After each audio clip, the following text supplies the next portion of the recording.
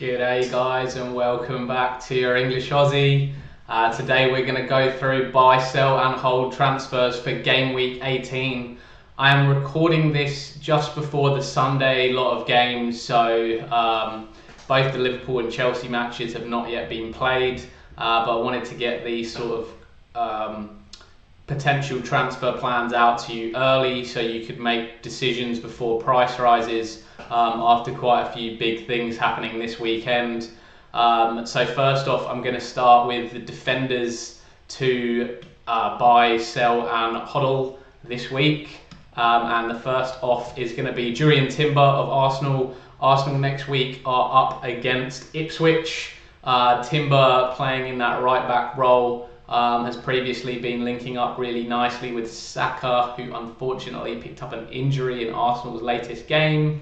Both him and Gabriel are on my list. They've been really important to Arsenal. Also from set pieces, both Timber and Gabriel are involved in that sort of five Arsenal players that are getting really close and tight into the goalkeeper, causing a lot of trouble for oppositions. I think against Ipswich they have a very good chance of keeping a clean sheet. And these two are my tier 1 buys, as they have both clean sheet and attacking return potentials for one of the teams in the league who have a nice run of fixtures over the next few game weeks, and also obviously one of the best defences usually in the league. So they are my key transfers in, along with Anthony Robinson of Fulham. Anthony Robinson has so far secured 6 assists so far this season, the most of any defender playing in that left-back role for Fulham. Fulham have a really nice run of fixtures over the next few game weeks up until really game week 28. From game week 19, they play Bournemouth after Chelsea next week. So you can hang off on Anthony Robinson for one more week when they play Chelsea, but I'd look to try and get him in either game week 19 against Bournemouth or definitely for game week 20 against Ipswich. Into my tier 2 buys, who are sort of the second tier, the people that I'd be looking at if I'm looking for sort of those more budget options, potentially with some attacking and maybe possible defensive returns. Here I've got Milenkovic of Nottingham Forest, who also could be Ola Aina at the moment. Nottingham Forest set up with a 3-4-3 this week in their match, and that allowed sort of Aina and Nico Williams, who were playing in those wing-back roles, to get forwards and to get further forwards than you'd seen from them previously. And also that caused Aina to pick up his goal. I think Milenkovic is still a nice threat off set pieces. He's also a little bit cheaper at 4.6 million, having scored a couple of goals so far for Forest this season. I think that Forest back four, now probably Moreno and Nico Williams, because of their minutes risk by those guys sort of rotating a little bit, maybe rule them out. But Murillo, Milenkovic and Aina could all be nice picks for Nottingham Forest's good fixture run from 19 through to 24. Next up on this list for tier 2 buys is Lewis Hall of Newcastle. Lewis Hall with a clean sheet this week against Ipswich in that 4-0 win. Almost got an assist. Bruno Guimaraes just heading onto the post from a Lewis Hall cross. He's been linking up really nicely with Gordon down that left-hand side in the last 2 games, overlapping, underlapping, and producing some good crosses for potential attacking returns. Newcastle have really started to shore things up defensively, and looking like their team is starting to click into gear. They've got some reasonable fixtures over the next few weeks. Nothing hugely amazing, but if they can keep up their good form, I mean, they have potential to keep clean sheets against many teams. So Lewis Hall is in there for me. Next up is Timothy Castagna. Now, I am recording this before Fulham play this game week. So for me, this is dependent on whether they switch Anthony Robinson over to the right back role and play Ryan Sessegnon at left back, or if Timothy Castagna starts at right back for Fulham. So currently I have him in a tier 2 buy. He is 4.2 million. and we'll look to see how he goes this week for Fulham if he starts. He has previously been a super attacking fullback in his days at Leicester, and hopefully should continue to push on to try and get some potential attacking returns for Fulham going forwards. There are a few others to talk about, and I will cover them on my watch list video, which will come out after this week's games are played, for players that you should look out for and can be potential buys. But for now, these are the key ones that I wanted to note for you guys. In the sell category, I still have Trent. We've talked about Trent quite a lot over the previous game weeks and why he's a sell. His obviously XA stats are super inflated from early game weeks in the season, sort of game weeks 1, 2, maybe in 4, where he put on some really easy chances for Diogo Jota, who somehow managed to miss almost 0.8 XA chances, which inflated his stats quite a lot. Then his previous last 2 assists, again, he was in a position where Liverpool were behind. He got brought on for 20 minutes to play in that super attacking high sort of role. That is not the role that he's been playing this year under Slot. You can see by the rest of his performances for this year, he's only picked up 1 assist, despite him being injured for a couple of games. But yeah, he's playing in a much more reserved role. He isn't getting into those positions for attacking crosses, for touches in the box. And under Slot, it's a completely different, more defensively minded fullback role, as well as Salah also playing in that defensively, sort of a lot more defensively and coming back and tracking back. So Liverpool are much more solid in transition, which you've seen this year, which is one of the reasons they're conceding a lot less goals, which is one of the areas where they struggled under Klopp in that sort of transition play when they lost the ball. So for that reason, Trent's attacking returns are not looking as good this year, and for 7 million, those funds can just be far better spent in the midfield and forward areas, which really have the most upside in FPL this year, not only for points but also for the way the new bonus point systems worked. The midfielders and the forwards are the ones that are picking up those bonus points, so you really want to be spending your money in that area. If I were to go for a Liverpool defender, I would be looking at Joe Gomez or a Virgil van Dijk at the moment, ideally when Konate comes back, which I think at the moment will be a while, considering Slot has been avoiding questions on his sort of timeline for coming back, and he's not back in training at all at the moment. Knee injuries are not normally simple to come back from, so I'm expecting him to be on the sidelines throughout all of December and probably the next 3-4 game weeks. So yeah, that is my sort of Liverpool take. Pedro Porro next up on the sell list. Obviously Spurs are really struggling to keep clean sheets. Porro was rotated last week in the league, but Udogie actually got injured after 20 minutes and came out. He has been said that he is available and fit again this week, Udogie. So not only is Pedro Porro a little bit of a minutes risk, but also, Spurs have not been able to keep any clean sheets so far this season with the style of football they play. And his attacking returns are just sort of not really looking there for me. The only game I think he picked up a really nice return was against Man City, where I'm sure a lot of people would have had him on the bench for. So Pedro Porro is a sell for me. I think those funds can be much better used elsewhere with some really nice sort of cheaper price defenders in the game at the moment. My final sell is finally, it got to game week 18 without putting him in the sell category, but Rico Lewis is a sell. Just having seen Man City again defensively this week against Aston Villa, continuously being caught out in transition, not being able to fill the gaps in between their defence and midfield, and allowing those players to get into those pockets, running at their back four. For me, I've sort of been holding out thinking Pep is going to find a solution, but it looks like their defence is just really struggling. And with Rico Lewis, having some potential to be rotated in that team, although I do think it's probably unlikely with the lack of defenders they've got at the moment. For me, he's just not providing enough attacking threat to be worth being in that 4.6 million slot for City when they're not keeping any clean sheets. So he is finally a sell for me due to that sort of lack of attacking threat in there. And then in my hodl or hold category, we have Josko Guardiola. He's still a hold for me, just based off the attacking outputs that he can get for Man City. He keeps getting into the box in those attacking positions, and he has scored 4 goals so far this season. He is very close on the edge for me as a sell, but at the moment, if you are sort of going for those slightly higher priced defenders, I'd obviously recommend a Timber and Gabriel. But for me, if you do have Guardiola in your team, I think I'd just give him a little bit more time based off City's nice fixtures coming up and his potential for attacking returns. So for me, he's still a hold for those great runs he's been making into the box for Man City.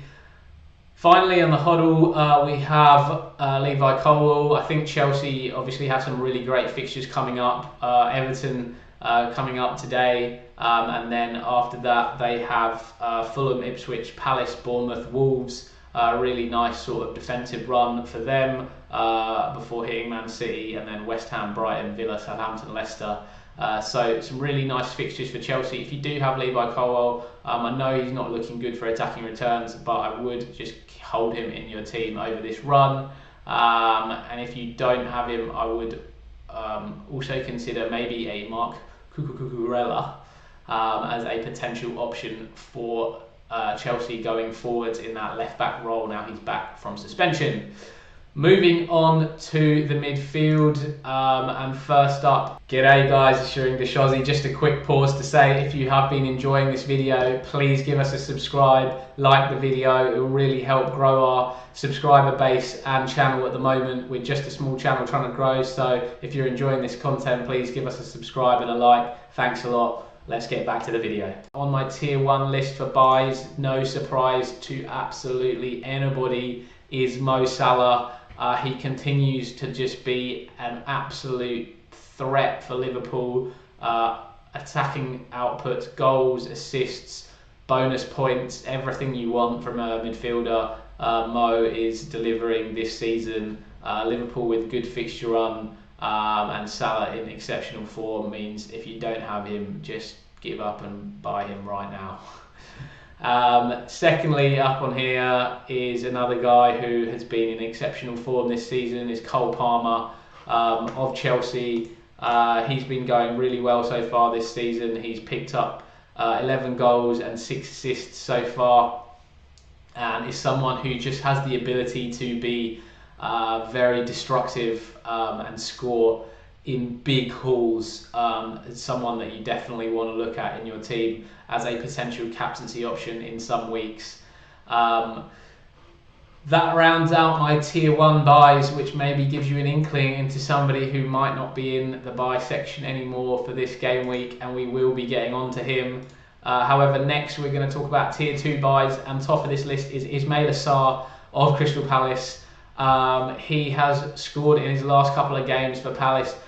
This week he actually played in a sort of right wing role, and Palace employed a 5-4-1 against Arsenal, and he still managed to score again.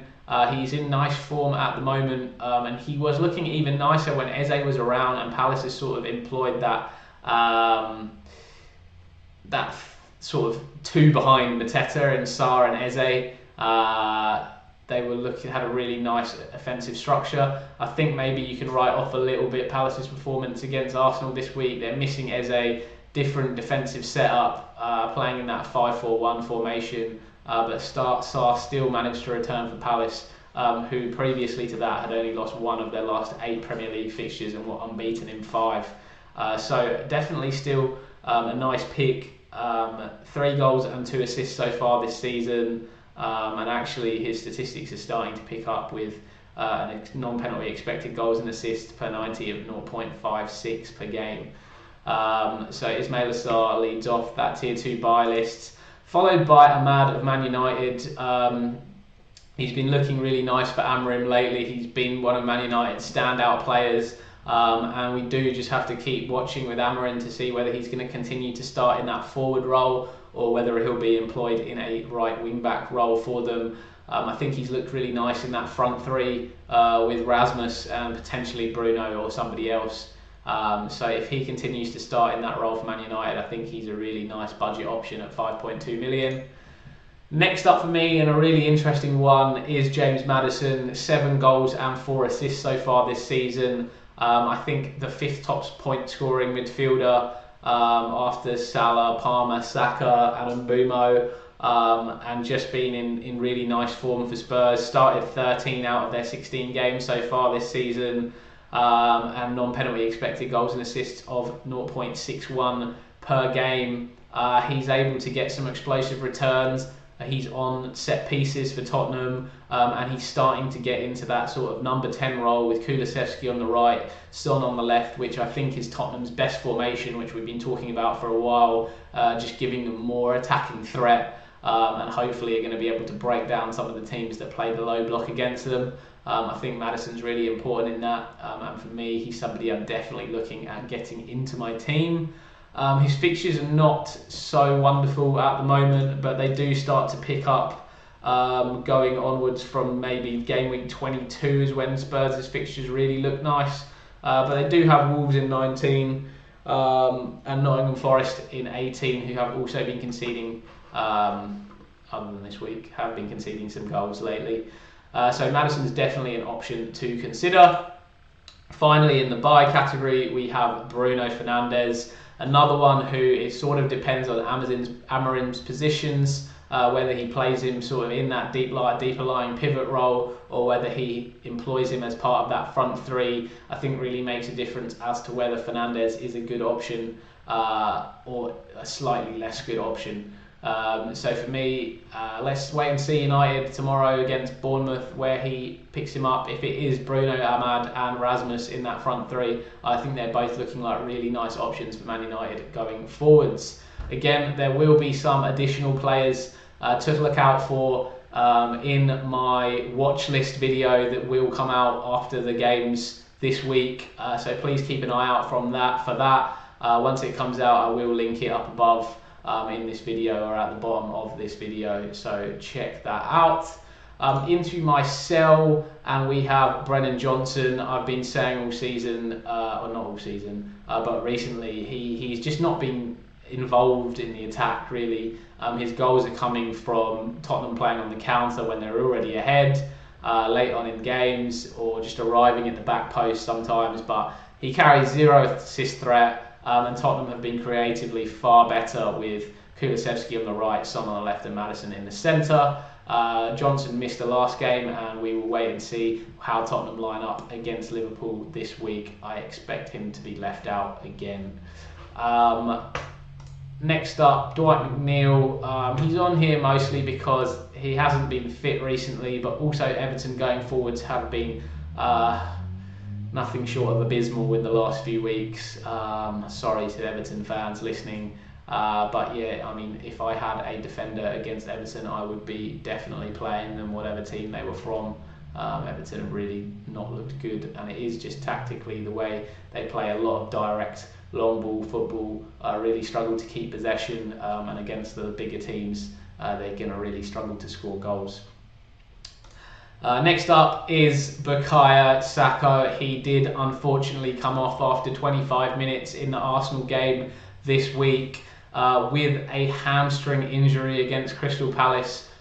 This is the same leg that he did suffer a hamstring injury on previously. Look, hamstring injuries are not quick to recover from, not depending on the grade of tear of the hamstring.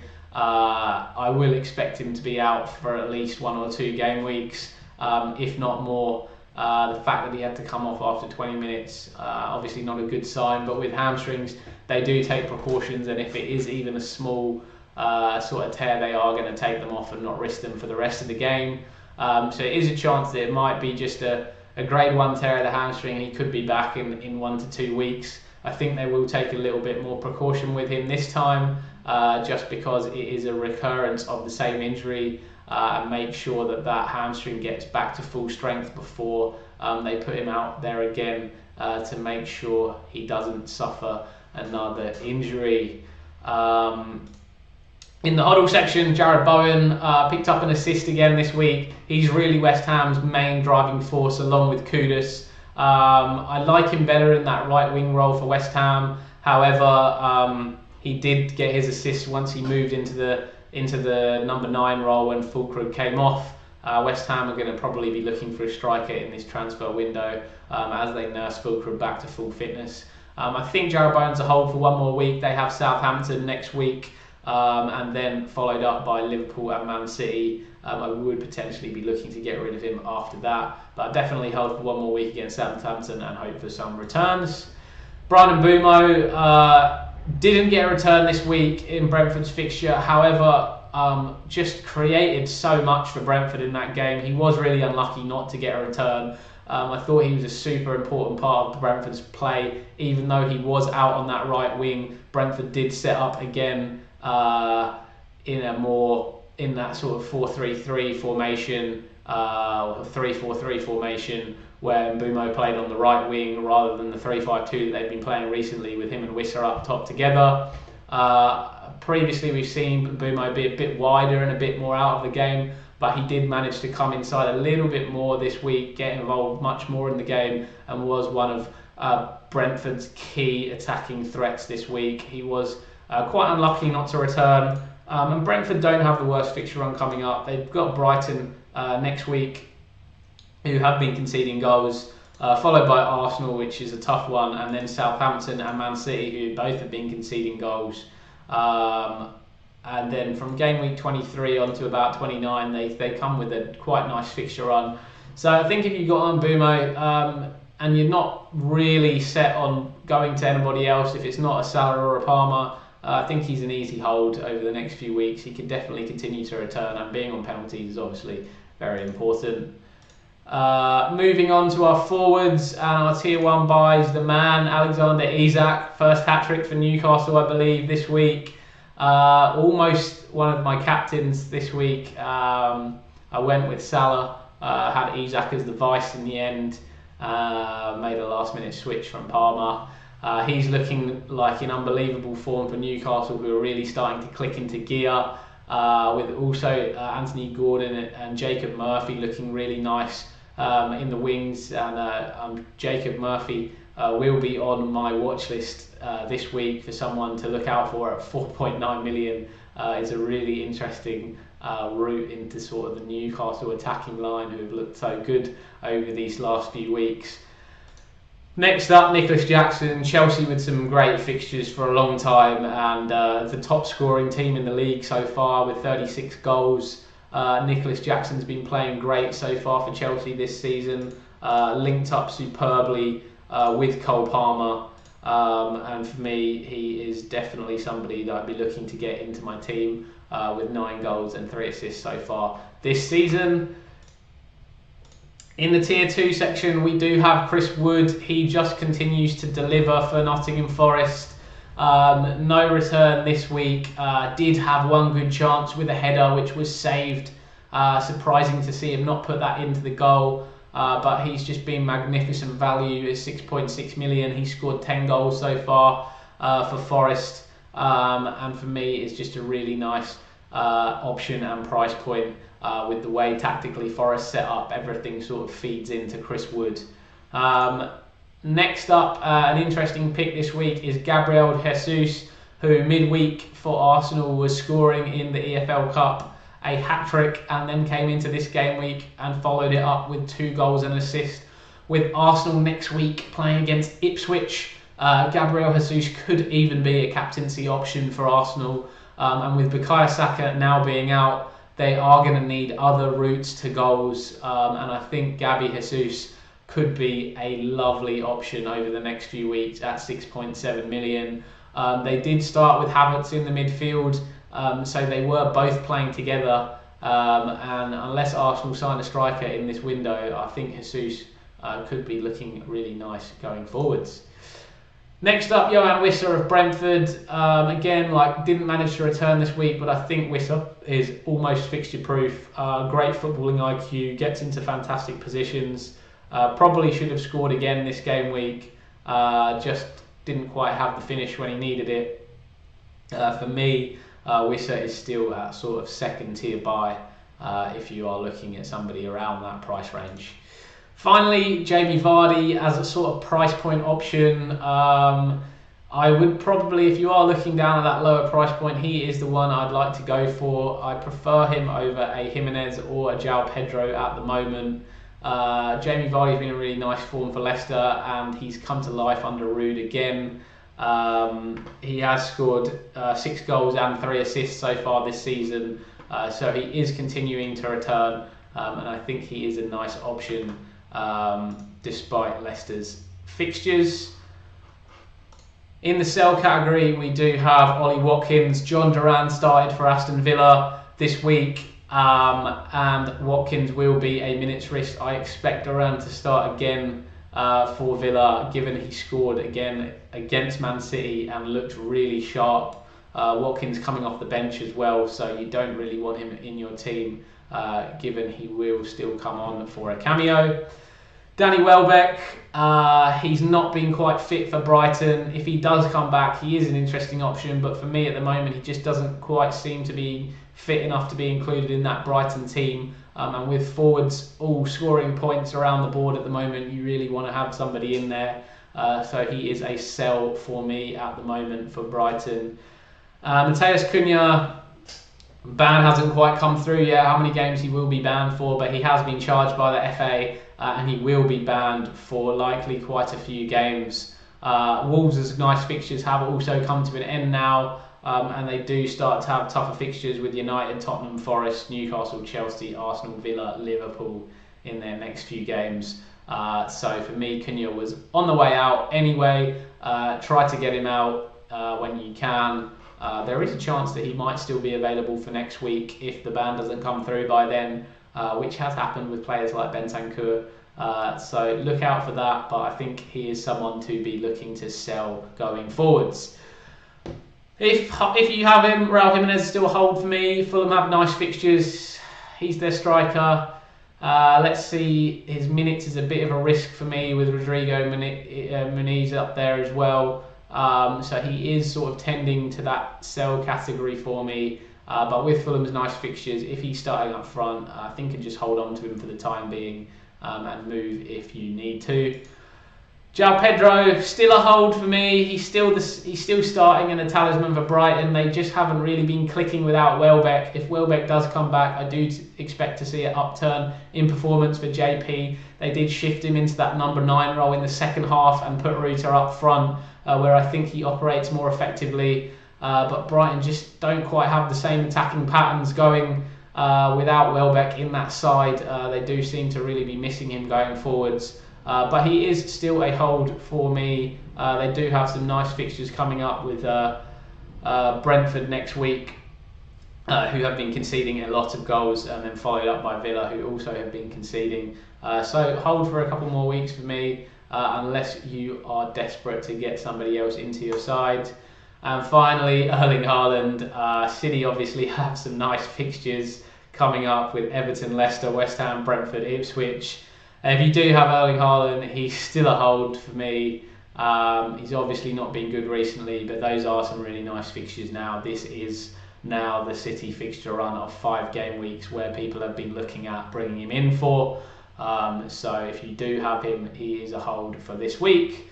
And guys, thank you so much for watching. If you have enjoyed, please give us a subscribe. We're trying to grow this small channel. Give the video a like, get that sort of viewership up there so it will be pushed out to more people, and hopefully pick this channel up. Thanks so much for watching and for supporting my channel. We are currently sitting at 75k in the world at the moment. Maybe a slight dip tomorrow after the games. At the moment this week I am on 37 points thanks to Alexander Isak, and sitting at that 75k position. I will be bringing a video out soon with the tactical observations for the week, along with the player analysis and statistical observations and my player picks for game week 18, as well as another video for the watch list. I will try to link that tactical observations and player statistical analysis up above. when it comes out. Keep an eye out for that. I think the tactical observations are something that's really sort of pushed us up the rankings here, that is not being talked about by a lot of managers, sort of how teams set up and what we expect in those matches. So yeah, keep an eye out for that video. Thanks again so much for watching. Please give us a subscribe, like the video, and help us continue growing on this channel. Next up is our push to 1K subscribers. I think we're just ticked over 700 subscribers, so going really nicely. Thanks again for watching. Hope you all have a great rest of the game week. This has been your English Aussie. I'm out.